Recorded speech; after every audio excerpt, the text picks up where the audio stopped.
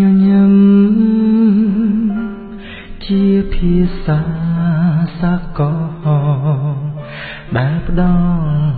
សន្តិភាពនៅក្នុងចិនញញឹមគឺជា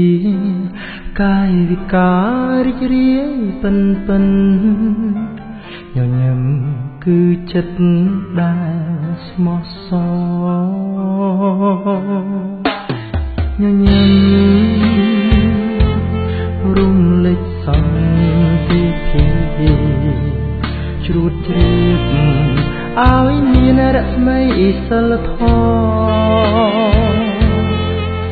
ខ្ញុំក៏ញញឹម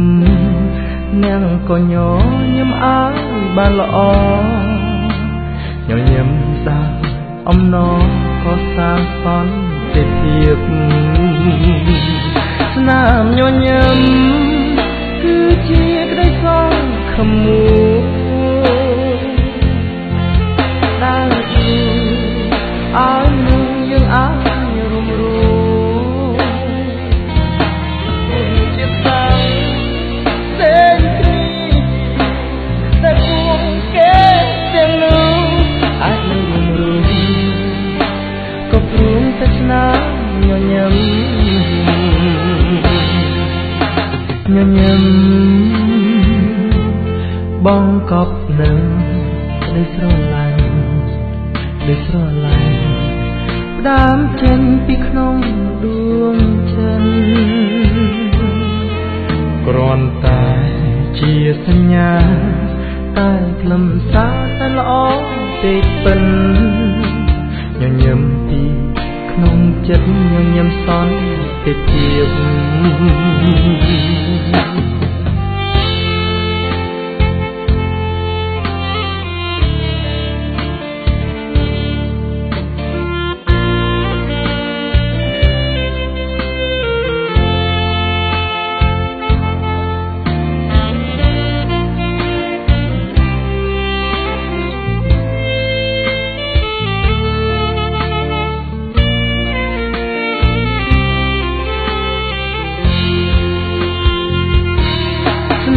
ញញឹម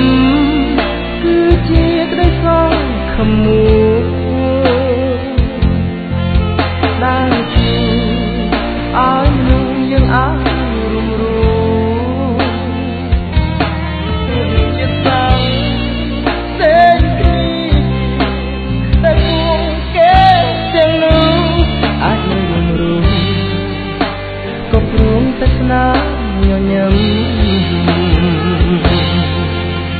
ញញឹមបងកប់នឹងក្តីស្រឡាញ់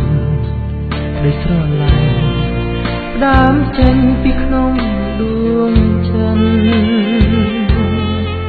គ្រាន់តែជាសញ្ញាតែខ្លឹមសារតែល្អពេកពិន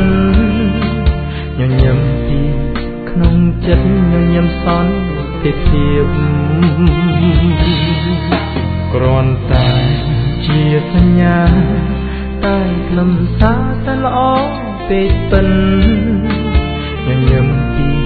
ក្នុងចិត្តញញឹមសន្តិភាព